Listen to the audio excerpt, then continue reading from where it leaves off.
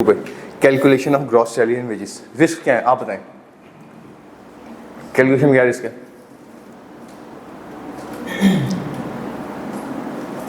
जी मसलन कैसे गलत होगी? टाइम ज़्यादा कर दिया, रिकॉर्ड रेट ज़्यादा गलत कर दिया, ये टाइम गलत कर दिया, गलत बंदे को दे दी, जो एम्प्लॉई नहीं उसको पे कर दिया। फैंटॉम एम्प्लॉय कहते हैं हम, गोस्ट एम्प्लॉयज़ भी कहते हैं इसे, उनको पे हो रही सैलरीज। ठीक है, समझ गए? और कई सैलरी पे कर दी सैलरी शीट की अप्रूवल के बगैर, एचओडी ने अप्रूव नहीं की, चीफ एग्जीक्यूटिव ने अप्रूव नहीं की, सैलरी पे हो गई। ठीक है, हाँ गलत तरीके से वो नीचे आएगा। पेमेंट की बात नहीं हो रही अभी, वो फोर्थ में आएगा। ठीक है, आएंगे क्या रिस्क पढ़े हैं जी हमने? वेज में pay to individual who are not employees. अभी मैंने दो एग्जाम्पल नाम बोले, घोस्ट एम्प्लॉइज और फैंटॉम एम्प्लॉइज। ठीक है, एम्प्लॉइज हैं चीफ एग्जीक्यूटिव के घर पे, cook, driver, security guard chief executive घर पे हैं, पे कहाँ से हो रहा है?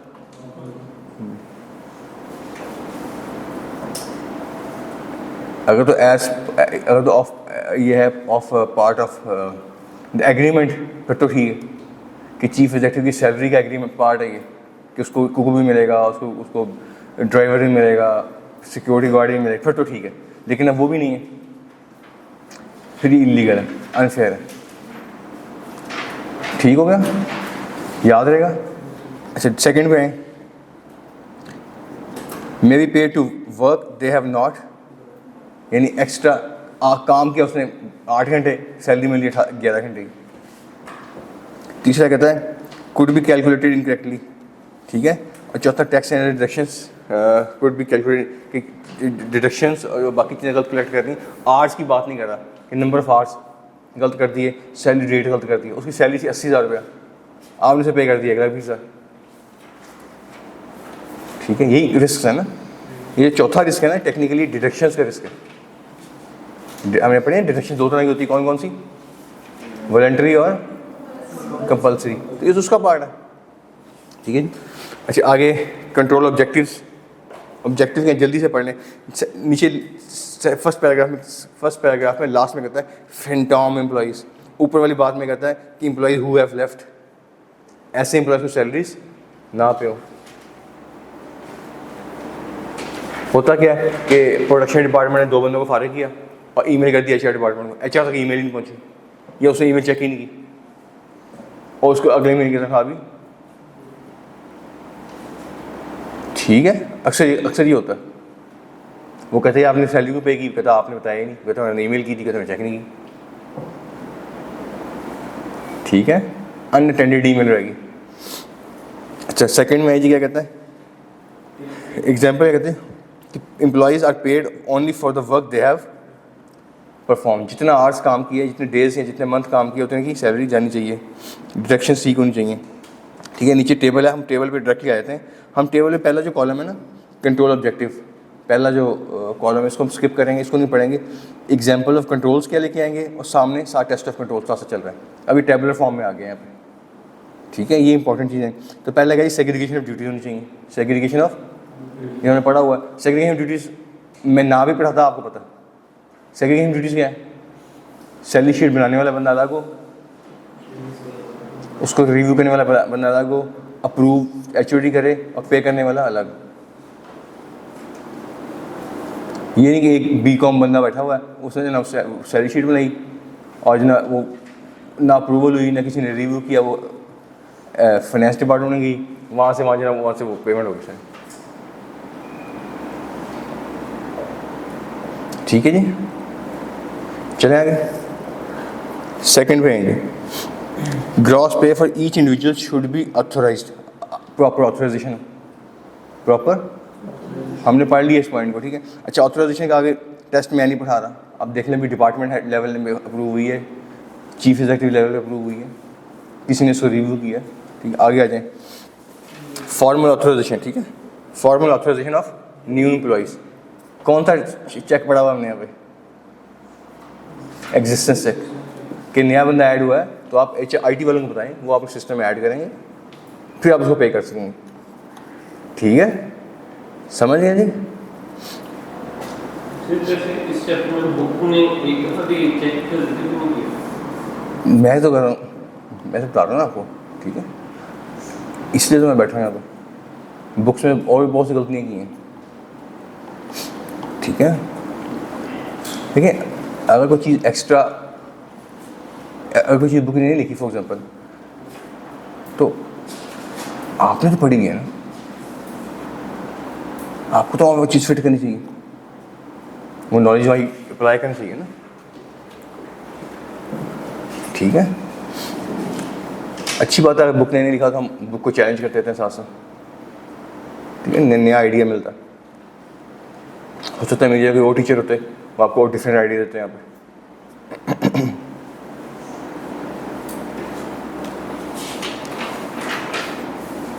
ठीक है जी, आगे क्या कहता है अगला पढ़िएगा point, they should be formal. Personal कहते हैं, पर्सनल क्या होता है, पर्सनल फाइल बनी चाहिए। पर्सनल फाइल क्या होता है, हर एम्प्लॉय की फाइल होती है, उसमें उसका सीवी होता है सबसे पहले, उसका आईडी कार्ड होता है, उसका अपॉइंटमेंट लेटर होता है, जितने सालों में उसके इंक्रीमेंट लगे होते हैं वो होते हैं, उसकी जॉब, उसकी लीव एप्लीकेशन होती हैं, उसके इंक्रीमेंट्स होते हैं, उसको आपने अवार्ड दिया वो सारी डिटेल होती है उसमें। एक बंदा 1984 में यहाँ पे आया था, आज भी एम्प्लॉई है, तो आप देखें आज लेटेस्ट इंक्रीमेंट में उसकी सैलरी कितनी है, देखिए वही पे हो रही है उसको, इसको पे हो रही है 2,22,000 रुपया, तो इसकी 2,22,000 सैलरी कहाँ से मिलेगी, लेटेस्ट इंक्रीमेंट लेटर से मिलेगी ना, समझ गए, क्लियर है। आगे There should be timesheets for hourly basis employees and these should be authorized by an appropriate supervisor. ठीक है जी, आपने अगर इसको रिव्यू कर लेना है, मैं इसको टेस्ट ऑफ कंट्रोल नहीं पढ़ा रहा इसको। अल्टरनेटली क्लॉक कार्ड सिस्टम होता है। क्लॉक कार्ड क्या होता है, क्लॉक कार्ड या check in check out time system होता है। जब आप इन होते हैं वो टाइम पता लग जाता है कि इतने बजे इन हुआ, जब निकलते हैं डेली का आपकी एंट्री एग्जिट टाइम निकाल रहे होते हैं, क्लॉक इन क्लॉक आउट भी कहते हैं इसे, ठीक है। टाइम डिपार्टमेंट भी इसे कहते हैं अक्सर, ठीक है। For a clock card system the auditor will need to test the control in operation such as employees can not clock in for each other. ये तो नहीं एक दूसरे का टाइम चेंज कर रहे हैं, मैंने आपको एग्जांपल दी थी इसकी, ठीक है। फिर अभी मैंने एग्जांपल अभी आपसे मैंने बोला था कि एक लोअर लेवल का बंदा बनाता है एचआर डिपार्टमेंट सैलरी शीट, और फिर क्या उसका मैनेजर उसको रिव्यू करता है, फिर एचओडी उसको अप्रूव करता है, ऐसे ही है ना। ये देखिए अगला पॉइंट, senior manager should check the total payroll, उसका रिव्यू होना चाहिए, ठीक है। जब सैलरी शीट बनती है तो सैलरी शीट के एंड पे prepared by, reviewed by HOD HR department salary, यहाँ पे फिर चीफ एग्जीक्यूटिव की सैलरी साइन होती है, फिर जाके पे होती है, ठीक है। इसने बनाई है, इसने रिव्यू किया है, एचओडी ने अप्रूव की और चीफ एग्जीक्यूटिव ने अप्रूव की, ठीक हो गया। अगला क्या जी, bonus payment of individual must be authorised. Bonus क्या होता है, तो ओवर टाइम होता है। अजीब सी बातें क्यों करते हैं हम लोग, सॉरी एफिशिएंटली काम किया उसका बोनस देना, ठीक है। या कई होता है आप उसको एक्स्ट्रा सैलरी देते हैं, इज़ा प्रॉफिट ज़्यादा हो गए, कोई टारगेट अचीव हो गया, कहते हैं आपको 2 सैलरी ज़्यादा देंगे, 2.5 सैलरी ज़्यादा दे देंगे, 1 सैलरी ज़्यादा दे देंगे। कुछ क्लाइंट कुछ कंपनीज़ में ये बोन परफॉर्मेंस से रिलेट कर रहा होता है और कुछ में परफॉर्मेंस से रिलेट नहीं भी कर रहा होता, ठीक है। तो जो बोनस के लिए भी यही है, वो भी एक किस्म की पेमेंट है, एक एक्स्ट्रा सैलरी है ना, ये एक्स्ट्रा सैलरीज हैं, उसके लिए भी ऐसे, ठीक हो गया। मुश्किल तो नहीं लग रहा, समझ आ रही बातें। ये जो शुरू में हमने रिस्क पढ़े थे ना, वो 4-5 पढ़े थे, हमने कुछ नए एक्स्ट्रा ऐड किए, वही कंट्रोल लेके चलना सारे यहाँ पे। अच्छा 4.3 में 4.3 में से और स्किप कर दिया, सीधे टेबुलर फॉर्म पे आ गया। उससे पहले पे कंट्रोल ऑब्जेक्टिव डिस्कस किया, उसने रिस्क डिस्कस ही नहीं किया, रिस्क डिस्कस ही नहीं कर रहा वो, ठीक है। वो समझ जा रहा है, अब आप लोगों को पता लगता जा रहा है, ठीक है जी। नेक्स्ट है जी calculation of tax and other deductions, tax and other deductions. अच्छा क्या रिस्क है इसमें, वॉलंटरी जो भी डिडक्शन है आपकी कंपलसरी डिडक्शन है, आप इनकरेक्ट डिडक्शन कर लेंगे, ओवर कर लेंगे या अंडर कर लेंगे। ओवर कर लेंगे तो क्या नुकसान है,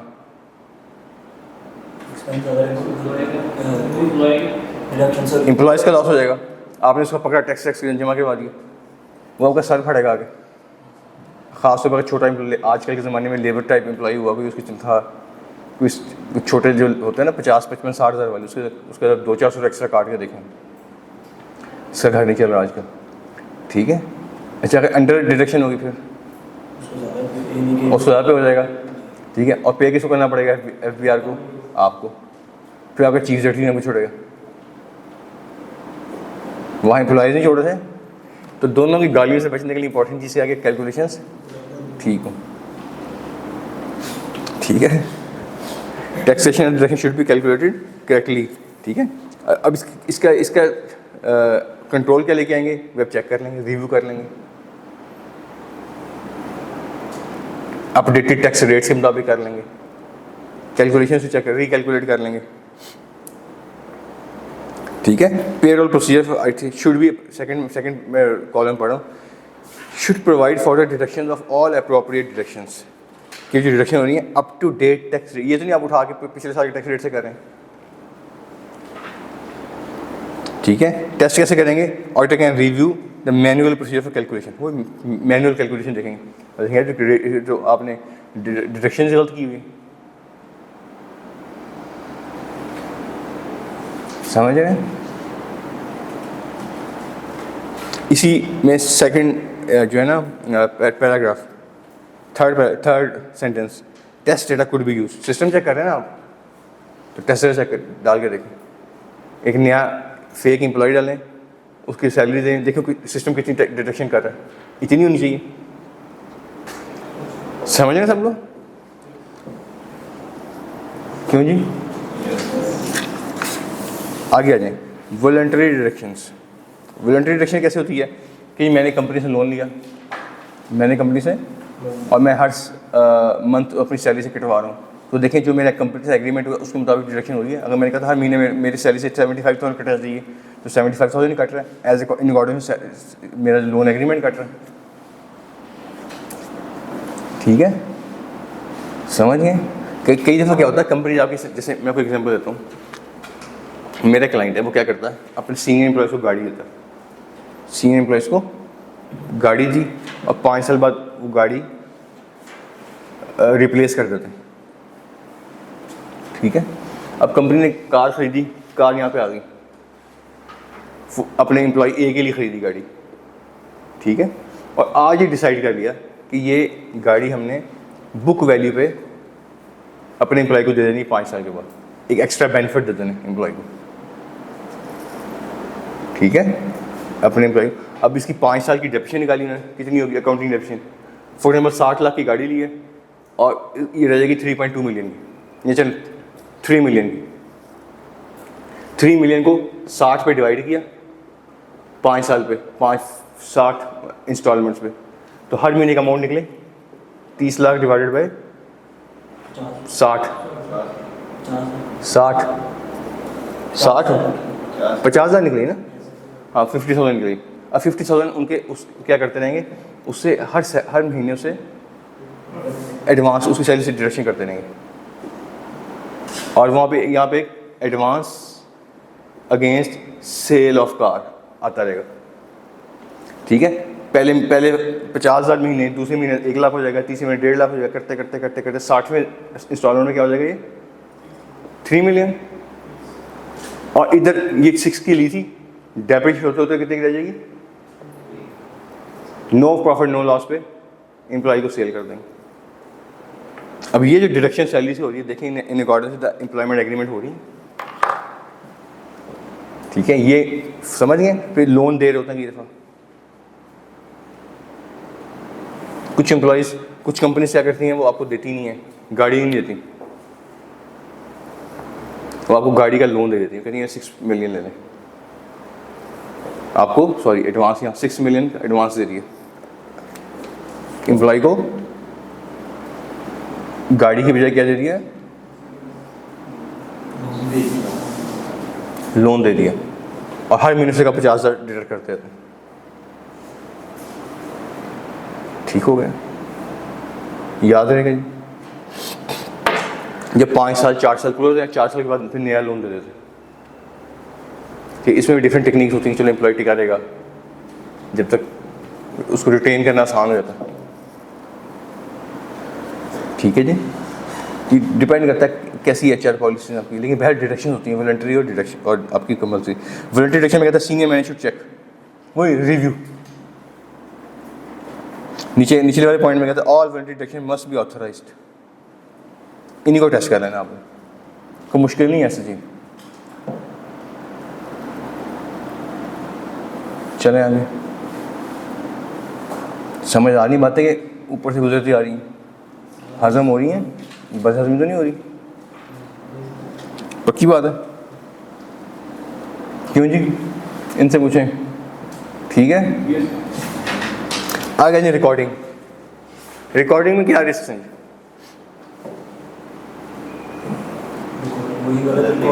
गलत फिगर रिकॉर्ड कर ली।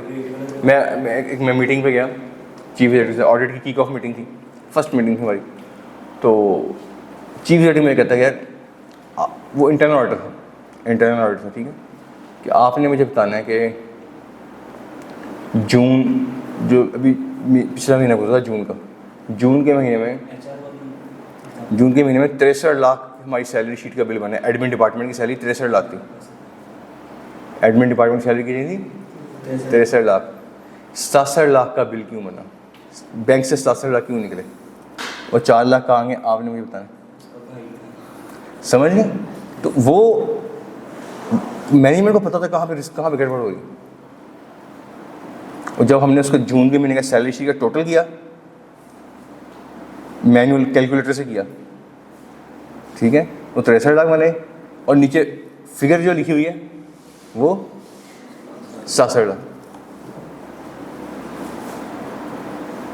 ठीक है, हाँ सॉरी डेलीब्रेट आ रही है। ठीक हो गई जी? नहीं, ह्यूमन एरर्स में हो नहीं सकता, क्योंकि अगर जगह 63 लाख थी, अब 63 लाख लेके निकले हैं, 63 लाख दे के आ गए, तो 4 लाख वापस लेके आए जी साहब को। अब 4 लाख वापस लेके नहीं आए, ऐसी है ना। अच्छा, इसमें भी क्या कहते हैं जी, रिकॉर्डिंग में ग्रॉस पे deduction should be properly and accurately recorded, properly and aggregate. इसमें वही बात करेगा अगर प्रिंसिपल कंट्रोल्स में क्या होना चाहिए, सीनियर मैनेजर अप्रूव करे, ठीक है, एक जूनियर बंदा उसको बनाए और सीनियर बंदा उसको अप्रूव करे। अगला पॉइंट बहुत इंपॉर्टेंट है, इसमें लिखा है स्ट्रिक्ट टाइमलाइन। लेबर की सैलरी को आप डिले नहीं कर सकते, ख़ास तौर पर हमारी पाकिस्तानी सब कॉन्टिनेंट की जो लेबर है ना, जो बेचारी जिसका बहुत बुरा हाल है, जिसको अगर 30 को 31 को इनकम को अगर तनख्वाह नहीं मिली, उसके 2 तरीके बच्चे भूखे सोएंगे, उसको आप सैलरी लेट और वो पकड़ लेंगे और वो मारेंगे, आपका सॉफ्टवेयर अपडेट करेंगे।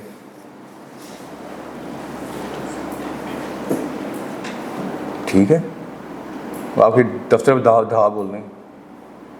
आपको याद है सियालकोट में जो वो श्रीलंकन जला दिया था, वो कौन सा मॉब है? वो बिफरा हुआ मॉब है,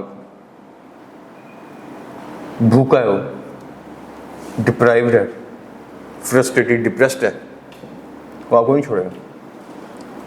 और आपके सिक्योरिटी के जो बंदे हैं वो 40-50 होते हैं, वो 2000 होती है लेबर। वो कितने की लेबर होती है? 2-3 हज़ार की एक मिल के अंदर। सिक्योरिटी वालों की भी, और अक्सर सिक्योरिटी वाले भी 4 होता है कि ठीक है इनको फैंटी लग जाए एकदम, वो भी लेबर, तो वो भी हल्की हल्की लगा जाएंगे आके। ठीक है, तो स्ट्रिक्ट टाइमलाइन समझ नहीं, क्लियर है? नेक्स्ट पॉइंट क्या जी?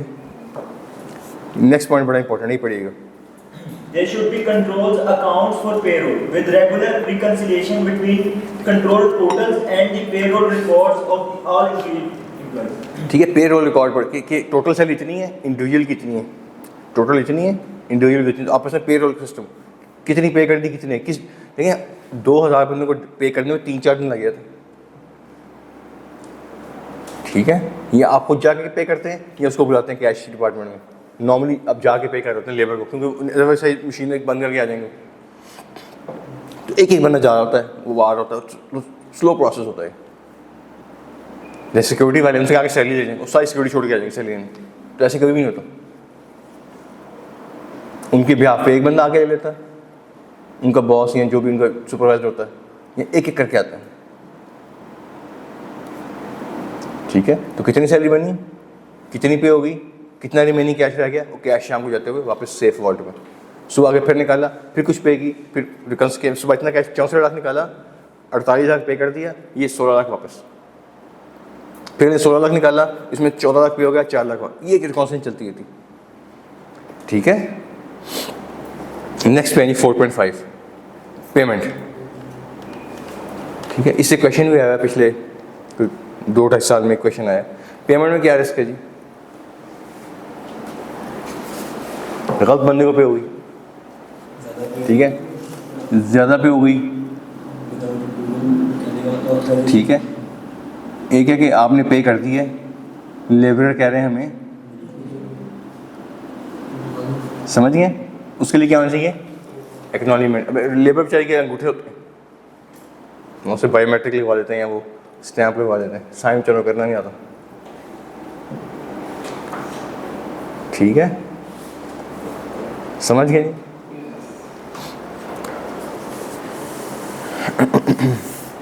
पढ़ लें इसके रिस्क के जी। Incorrect amount of net pay could be paid over to employees. ठीक है, अच्छा इनकरेक्ट अमाउंट, इसको समझे ज़रा, मैं कंपनी का नाम नहीं दूंगा, ये शेखोपुरा साइड पे कंपनी है, गलती से डबल सैलरी पे करो। सीनियर मैनेजर ने जूनियर से कहा कि तुम पे कर देना, मैं लीव पे जा रहा हूँ। ठीक है, उसने पे कर दी, और जो सीनियर था, सीनियर ने मुझे बताया, जो मुझे बताया सीनियर ने, कहता मैं क्या नालायक बंदा है, इसने पे नहीं करनी, ये कौन सा आराम से बात सुनता है, चलो मैं कर ही जाता हूँ। वो पे कर गया, और शाम को जूनियर ने पे कर दी, उस दिन एफिशिएंट निकला, 2 पे। उस मिल के अंदर किस बैंक की थी ATM, मुझे नाम भूल गया, बिल्कुल कोई बैंक में ATM थी, उस दिन वो ATM मशीन खाली हुई, और तकरीबन 200-300 लेबर थे जो अगले दिन आएंगे, उन्हें पता नहीं डबल सैलरी ले ली, कल आएंगे हमसे मांगेंगे। लेबर के लिए जॉब चेंज करने का मसला नहीं है, वो यहाँ छोड़ेगा, अगली मिल में कर लेगा, वह अब्दुल्लापुर दिहाड़ी लगाता है, वो गेटों में जाकर लगा लेगा। मसला तो बड़े बंदों के लिए है ना, जो बड़ी सैलरी, तो 200-300 बंदा गायब हो गया, पता लगे डबल सैलरी ट्रांसफर हो गई है, वहाँ ही नहीं आ रही, तो ज़्यादा पे करके उसे निकलवा नहीं सकते आप। हाँ, जो सीनियर बंदे हैं उनसे चले अब अगली महीने एडजस्ट कर लेंगे, पता इधर ही है ये कहाँ जा रहे हैं, अब वो ऐसी हरकत करते भी काम है। ठीक है जी, तो ये कहता है, ये बड़ी इंपॉर्टेंट चीज़ है, इनकरेक्ट अमाउंट पे कर दिया आपने, ठीक है, या इनकरेक्ट डिडक्शन कर दी। तीसरा क्या है, रॉन्ग एम्प्लॉय को पे कर दिया। ये एक हम पॉइंट निकालते हैं, हम जाते हैं ना, जब हम ऑडिट कर रहे होते हैं तो हम ये पेमेंट का सिस्टम देखते हैं, टेस्ट ऑफ कंट्रोल्स कर रहे होते हैं, तो अक्सर हमारे स्टाफ ने पॉइंट निकाला होता है कि जी एक बंदा आया वो 40 बंदों की सैलरी ले गया, एक आया वो 8 की सैलरी ले गया। ठीक है, अभी पिछले हमने एक ऑडिट पे मैनेजमेंट लेटर में पॉइंट लिखा हुआ था, तो CFO ने बताया कि ये देखो 40 कौन होंगे, कहते हो नहीं सकता, ये पहली बात जो आप कह रहे हैं, और हुआ तो ये सिर्फ सिक्योरिटी वाले होंगे, देखो ज़रा कौन है। जब हमने वो 40 बंदे देखे, वो सारे सिक्योरिटी वाले थे। मैंने कहा बिल्कुल ठीक है, सिक्योरिटी वाले को हमने ऑर्डर दिया कि आपने अपनी पोजीशन नहीं छोड़नी, आपका रिप्रेजेंटेटिव आए, सबकी सैलरी ले जाए। ठीक है, मोर्चा नहीं छोड़ना उन्हें, ठीक हो गया जी। आए जी, इसमें प्रिंसिपल हम नीचे पढ़ते हैं, टेबुलर फॉर्म में जो लिखा हुआ, हाँ जी पढ़ें। करेक्ट अमाउंट, मैं पढ़ता हूँ, करेक्ट अमाउंट ऑफ नेट पे शुड बी, कि जो आप पे कर रहे हो करेक्ट अमाउंट हो, करेक्ट डिडक्शन हो, सैलरी भी करेक्ट हो, सैलरी भी सही कैलकुलेशन हो, डिडक्शन की भी सही, एक्चुअल अमाउंट पे हो जो होनी चाहिए। ठीक है, अच्छा अब पेमेंट दो तरह से होती है, ये याद रखनी है, एक होती है थ्रू बैंक और एक थ्रू रिस्की कौन सी है? कैश वाली, कि बैंक वाली तो उसके अकाउंट में जा रही है ना, ट्रेस करना भी आसान है। बैंक में सिर्फ एक रिस्क होता है कि जिस अकाउंट में गई है वो उसी का अकाउंट है। वो एक दफ़ा ऑडिट कर रहे थे, तो 10-12 बंदों को सैलरीज पे हुई। अच्छा, जब आपकी नेकेड आई होती है ना, आप देखते हैं तो ख़ास तौर से हम ऑडिटर्स की इंस्टिंक्ट ही होती है कि हम देखते हैं कि एक अकाउंट को पे हो रही, ठीक है, फिर आगे फिर एक अकाउंट नंबर बार बार रिपीट हो रहा है, डिफरेंट बंदे हैं, बैंक अकाउंट नंबर फॉलो करेंगे नहीं बार, तो ये रिस्क है। जब मैंने पकड़ लिया, उस HR वाले से पूछा ये किसका अकाउंट है, नहीं एम्प्लॉई है जी, डिफरेंट है जी, वो टाइपोग्राफिकल हो गया, ये हो गया जी, वो हो गया जी, ऐसे हो गया जी, वैसे हो गया। नहीं तो पे हो चुकी है, ये आपने बैंक को एडवाइस दी, या आपने किसको एडवाइस दी? बैंक को, और बैंक ने पे कर दी। अल्टीमेटली पता लगा वो चीफ एग्जीक्यूटिव की बीवी का अकाउंट।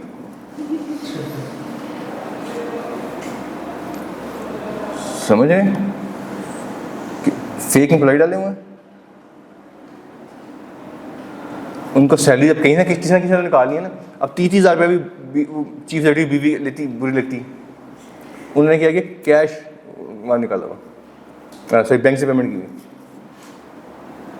ठीक है, समझ नहीं। अच्छा, वो ओरिजिनली एम्प्लॉय भी थी, she was an employee, actually employee भी थी, यानी अपनी सैलरी भी ले रही है और 7-8 सैलरीज उसके अकाउंट में और भी जा रही है, 2.5 लाख 3 लाख करते करते 7-8 लाख फिक्स। अब तो मुश्किल है, अब तो टैक्स डिपार्टमेंट काफ़ी स्ट्रिक्ट हो गया, या बात को 7-8 साल पहले की, 10 साल पहले की, जब FBR की अप्रोच भी नहीं थी एम्प्लॉयज़ के अकाउंट तक, ठीक है। तो ये इंपॉर्टेंट है, देखें जिस बंदे को पे हो रही है उसको ऑथोराइज्ड है, वो उसी का अकाउंट है, ठीक है। ये मैं इसलिए आपसे एग्जांपल शेयर करता था ना, पेपर में ये चीज़ आ जानी है। तो क्या कहते हैं, when wages and salaries are paid by automatic bank account the list of payment should be authorised. किसको पे हो रहा है, कौन पे कर रहा है? अब इसका मतलब जिस बंदे ने अप्रूव किया था वो भी साथ मिला हुआ है, जिसने बनाई है वो भी साथ मिला हुआ। और मोस्ट लाइकली क्या है, ये क्यों हुआ, फ्रॉड कैसे हुआ? बाय मैनेजमेंट ओवरराइड ऑफ, वो उस पोजीशन में बैठे। अच्छा, ये अगर चीफ एग्जीक्यूटिव की बीवी ना होती तो ऐसे हो सकता था, ठीक है। ये चले, अब बीवी को निकाल के कोई मुखू चपरासी करने, कोई चीफ एग्जीक्यूटिव के कहने पे हो रहा है ना,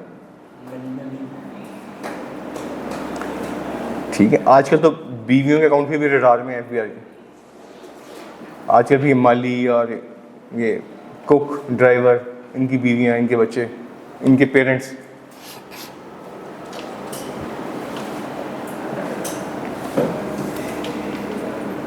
ठीक है। चलें जी, नेक्स्ट पे है जी, आप पढ़िएगा। The correct amount of deduction is paid to the appropriate authority. जो अमाउंट डिटेक्ट की अपनी पॉकेट में नहीं डालनी, वो कहाँ जाएगी? अथॉरिटी में, FBR में।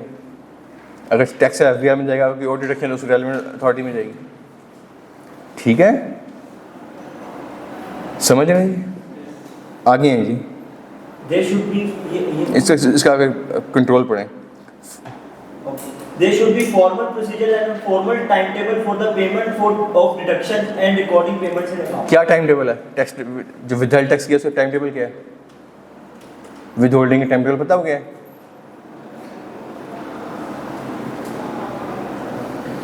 सुनने से याद रखें, इनकम टैक्स का रूल बता रहा हूँ, विद होल्डिंग का रूल। विद होल्डिंग का रूल ये है कि जिस हफ्ते आपने, फॉर एग्जाम्पल ये वीक कब शुरू हुआ है, एक वीक है ना आपका, मंडे से लेके सैटरडे तक, ये वीक नंबर 1 है, ठीक है। इस वीक में किसी भी दिन आपने विद होल्डिंग की है, विद होल्डिंग, इसकी लास्ट डेट पता कौन सी है? सेकंड वीक का सैटरडे से पहले पहले। अगर आपने सैटरडे को विद होल्डिंग कर ली तो इसकी लास्ट डेट कौन सी है? अगर इस मंडे को की है तो अभी सैटरडे। ये इनकम टैक्स का रूल है। तो उससे पहले पहले आपने क्या करना है, ये जमा नहीं जमा कराएंगे तो डिफॉल्ट से चार्ज लग जाएगा आप पे, ठीक है जी। तो ये है कि आपको टाइम टेबल लॉ ने डिफाइन किया कि किस किस दिन, ऐसे अगर आपने ज़कात काटी है